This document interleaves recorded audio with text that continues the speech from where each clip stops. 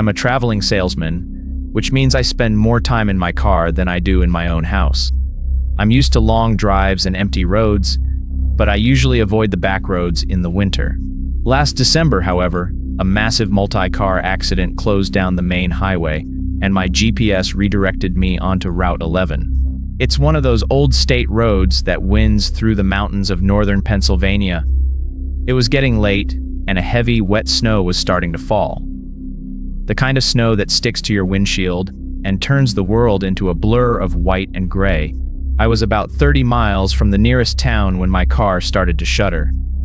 The check engine light flickered on, and before I could even pull over, the engine just died. I coasted to a stop on the narrow shoulder. I tried the ignition. Nothing but a clicking sound. I checked my phone. No service. Not even an emergency signal. I sat there for a minute, the silence of the woods closing in around the car. The heater was already losing its battle with the cold. I knew I couldn't stay in the car all night. The temperature was dropping into the teens. I put on my heaviest coat, grabbed my flashlight, and stepped out into the snow. I started walking in the direction I had been driving, hoping to find a house or a gas station. I had been walking for maybe 20 minutes when I saw headlights behind me. A large, dark pickup truck slowed down as it approached. It stopped a few feet away, and the driver rolled down the window. He was a man in his 50s, wearing a flannel shirt and a baseball cap. He looked like every other guy in this part of the country. "Need a hand?" he asked. His voice was gravelly but sounded friendly enough. "Car died about a mile back," I said, shivering. "I'm trying to find a phone." "Jump in," he said, gesturing to the passenger seat. "There's a general store about 10 miles up. It's closed, but the owner lives right next door. He'll let you use the landline." I didn't hesitate. I was freezing, and he seemed like a good Samaritan. I hopped in, and the blast of the truck's heater felt like heaven. As we drove, we chatted a bit. He told me his name was Bill and that he lived just off the main road. He asked me where I was headed and what I did for a living. It was normal small talk. But then he said something that made the hair on the back of my neck stand up. "It's a shame about that silver sedan of yours. The fuel pump is a real pain to fix on those models." I looked at him. I hadn't told him what kind of car I drove. My car was a mile back in the pitch black, and he had approached me from behind. There was no way he could have seen the make, model, or color of my car in the blizzard, unless he had been following me long before I broke down. I tried to keep my voice steady. "It's a temperamental car." I reached for my seatbelt, but I realized the buckle was jammed. I looked down and saw that someone had stuffed a small piece of plastic into the mechanism. I couldn't unclip it. "Is something wrong?" Bill asked. He wasn't looking at the road anymore. He was looking at me. His friendly expression was gone. He looked bored, like he was watching a movie he had seen a dozen times. "No," I lied. "Just a little cramped." I looked at the door handle. It was an older truck, and the manual lock was pushed down. I tried to pull it up, but it wouldn't budge. It had been glued into the locked position. I realized then that Bill hadn't just found me. He had been waiting for me. He knew exactly what was wrong with my car, because he was likely the reason it had died in the first place. "You know," Bill said, his voice cold and flat, "most people don't look under their car when they leave a rest stop. If you did, you'd see how easy it is to loosen a fuel line just enough so it leaks out slowly over 30 miles. He started to slow the truck down. We weren't at a general store. We were in front of a long, dark driveway that led into a dense thicket of trees. "I think we stop here," he said. He reached into the center console and pulled out a roll of heavy-duty duct tape and a pair of pliers. I didn't wait. I didn't care that the seatbelt was stuck or that the door was locked. I slammed my shoulder into the door with everything I had. The lock didn't pop, but the old latch mechanism snapped. The door swung open, but the seatbelt caught me, jerking me back. Bill lunged for me, grabbing my jacket. He was surprisingly strong. I kicked out wildly, hitting him in the face with my heavy winter boot. He let out a grunt and released my arm. I grabbed the pliers from his hand, the very ones he was going to use on me, and jammed them into the seatbelt release. It didn't work, so I used the sharp edge of the tool to saw through the polyester webbing. It felt like it took hours, but it was only seconds. The belt snapped. I tumbled out of the moving truck and hit the icy asphalt hard, rolling into the snowbank. I didn't look back. I scrambled up and ran into the woods. I could hear the truck's engine revving as he backed up, trying to find me with his high beams. I ran until my lungs burned, hiding behind a massive oak tree. I watched from the shadows. The truck sat idling on the road for 10 minutes. Bill didn't get out. He just sat there, the exhaust pipe puffing white smoke into the cold air. Finally, he drove off, disappearing into the white void of the storm. I spent the next 6 hours walking through the woods, following the general direction of the road, but staying far enough back to be hidden. I finally reached a farmhouse just as the sun was starting to rise. The family inside was terrified when they saw me covered in snow, bleeding from my shoulder, clutching a pair of pliers. They called the police immediately. When the state troopers found my car, they confirmed what I suspected. The fuel line had been intentionally loosened. But when they ran the description of the truck and Bill, they hit a dead end.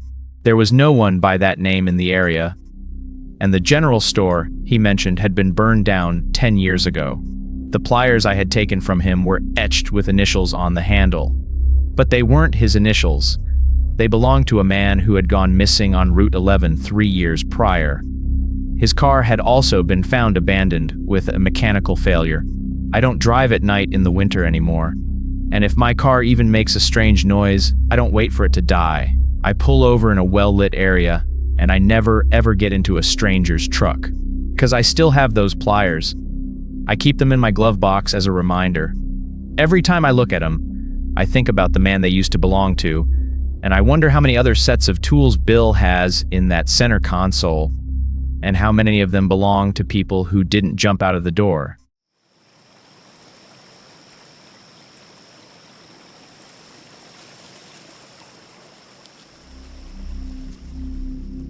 I've always been the type of person who needs to disappear for a few days when the stress of work gets to be too much. Last January, I decided to rent a small cabin in the mountains of northern Pennsylvania.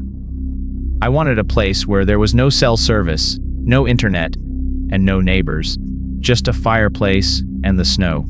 I found a place on a private rental site. The owner, a man named Marcus, told me the keys would be in a lockbox on the porch. He warned me that the driveway was steep and that if the snow got too heavy, I should park my car at the bottom of the hill and walk up. I arrived on a Friday afternoon.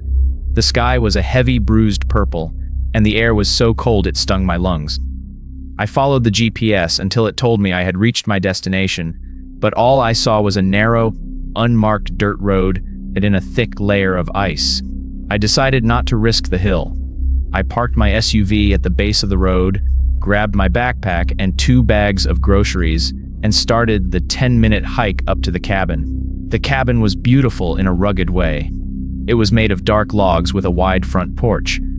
I grabbed the keys, let myself in, and spent the first hour getting a fire started. By the time the cabin was warm, it was pitch black outside. Because there was no TV, I spent the evening reading. Around midnight, I decided to go to sleep. I climbed the loft stairs to the bedroom, which had a large window overlooking the woods and the long driveway I had walked up earlier. I was brushing my teeth in the small bathroom when I heard a faint metallic clinking sound. It was coming from outside. I turned off the bathroom light and walked over to the bedroom window.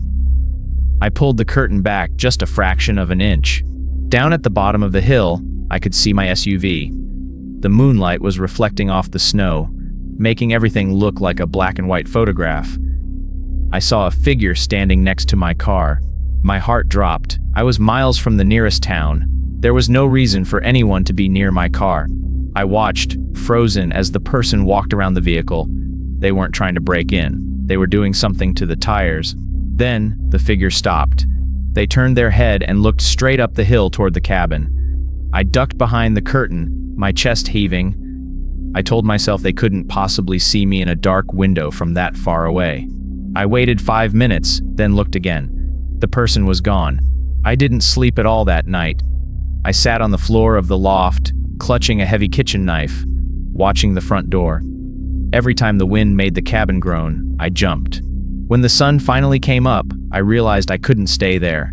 I packed my bags, cleaned up the kitchen, and headed out. I walked down the icy road toward my car, looking over my shoulder every few seconds. When I reached my SUV, everything looked normal. I didn't see any footprints other than my own from the day before. I figured I had just let the isolation get to me. Maybe it was just a hunter or a neighbor checking on the strange car. I put my bags in the trunk, got into the driver's seat, and started the engine. I put the car in reverse, but it wouldn't move. The engine revved, but the car felt stuck. I got out to see if I was caught on a patch of ice. I walked to the back of the car and gasped. My rear tires weren't flat. They were gone. Someone had used a jack to lift the back of my SUV and had taken both rear wheels. But they hadn't stolen them. They were sitting about 20 feet away in the middle of the road, neatly stacked on top of each other. Pinned under the top wheel was a small piece of paper. I picked it up.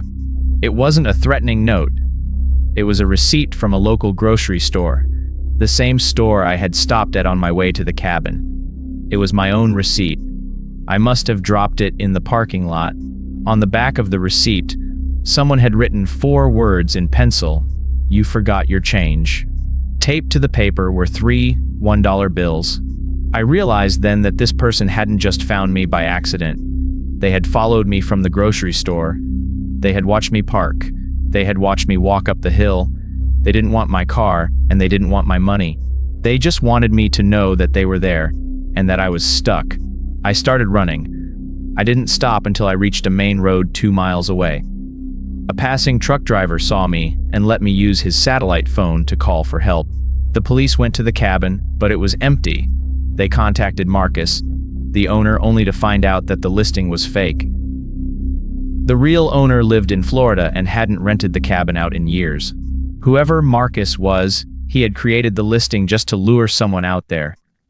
He had followed me, disabled my car, and then sat in the woods, watching me through the windows all night long. The scariest part isn't what he did, it's what he didn't do. He could have come inside at any time. He had the keys. But he chose to let me sit there in fear, knowing I couldn't leave. I never go to remote rentals anymore. I don't care how peaceful they look in the photos. Because now, every time I park my car in a quiet place, I check the rearview mirror. I'm always looking for a pair of headlights that stays just a little too far back.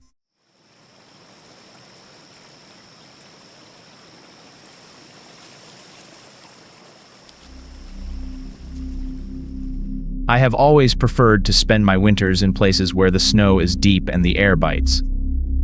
Last December, I found a perfect rental cabin outside of Aspen, Colorado. It was a rustic, 2-story log home, fully furnished and advertised as completely isolated. I booked it for a full month, planning to spend the holidays writing a book I had been working on. The owner, a woman named Sarah, gave me detailed instructions over email. The keys would be in a lockbox, and the house had a generator in case of a power outage. She also mentioned, almost as an afterthought, that the cabin had a small, unused storage room on the 2nd floor, which was locked and not included in the rental. She said it contained personal family items and asked me not to disturb it. I arrived on a Tuesday evening, just as the first flurries of snow began to fall. The cabin was exactly as pictured: warm, inviting, with a massive stone fireplace. I unpacked, got a fire going, and spent the first few days simply enjoying the silence and the endless white landscape. But on the 4th night, I started to notice things. Small, unsettling details. I kept a glass of water on my bedside table. Every morning I would find it empty. I thought I was just drinking it in my sleep, but I didn't remember doing so. I started refilling it before bed, and still, it would be empty by morning. Then, there were the footsteps. I sleep on the 2nd floor in the main bedroom. Just down the hall from my room is that locked storage room Sarah mentioned. Around 3 in the morning, I would hear soft, rhythmic creaks above my head. It sounded like someone was walking very slowly, back and forth, from one end of the storage room to the other. I tried to tell myself it was the house settling, or maybe animals in the attic. But the footsteps were too regular, too intentional. They sounded like a person pacing. One morning, I found a single boot print in the fresh snow right outside my bedroom window. My bedroom is on the 2nd floor. The window is 12 feet off the ground. There was no balcony, no tree branch close enough. It looked like someone had just stepped out of the air and onto the snow directly below my window. A knot of dread began to tighten in my stomach. I realized I wasn't alone. I decided to investigate the locked room. I knew I shouldn't, but I couldn't sleep with the thought of someone pacing above my head. I went to the second floor and stood in front of the door. It was an old wooden door with a simple brass knob, and it felt cold to the touch. I tried the knob, it was locked, just as Sarah had said. I didn't have the key. I tried to peer through the keyhole, but it was just darkness. Then, I noticed something else. The door wasn't perfectly flush with the frame. There was a tiny gap, less than 1/4 of an inch, along the bottom. I knelt down and looked through the sliver of space. I expected to see a dark, dusty room full of old boxes.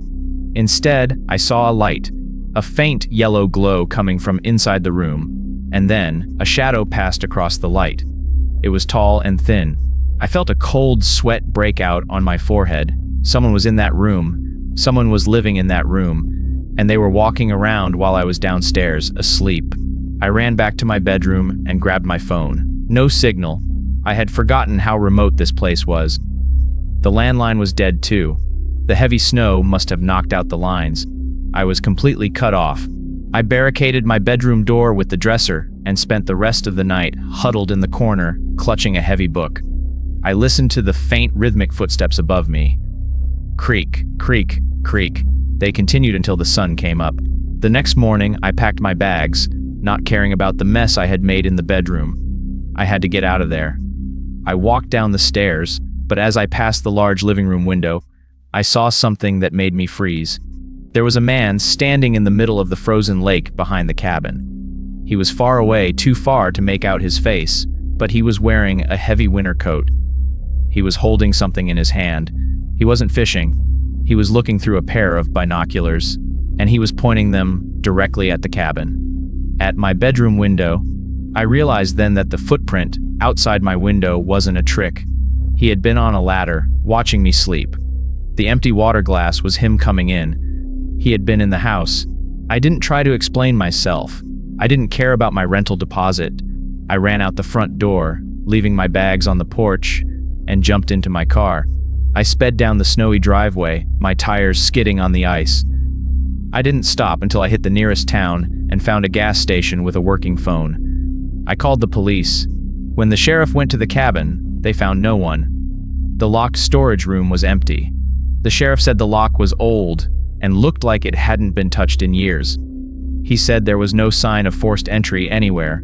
He told me it was probably just my imagination running wild in an isolated place. But then, he called me back a week later.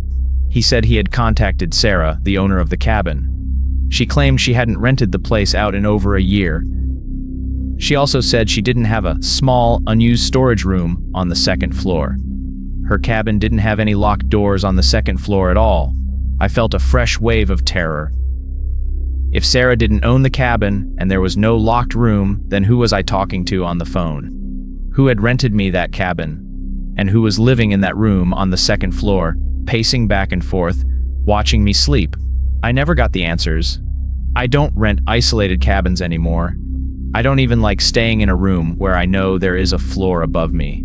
Because every now and then, when the silence gets too deep, I hear a soft creak above my head, and I wonder if someone is still up there, in a room that shouldn't exist, looking down through a sliver of light, waiting for me to fall asleep.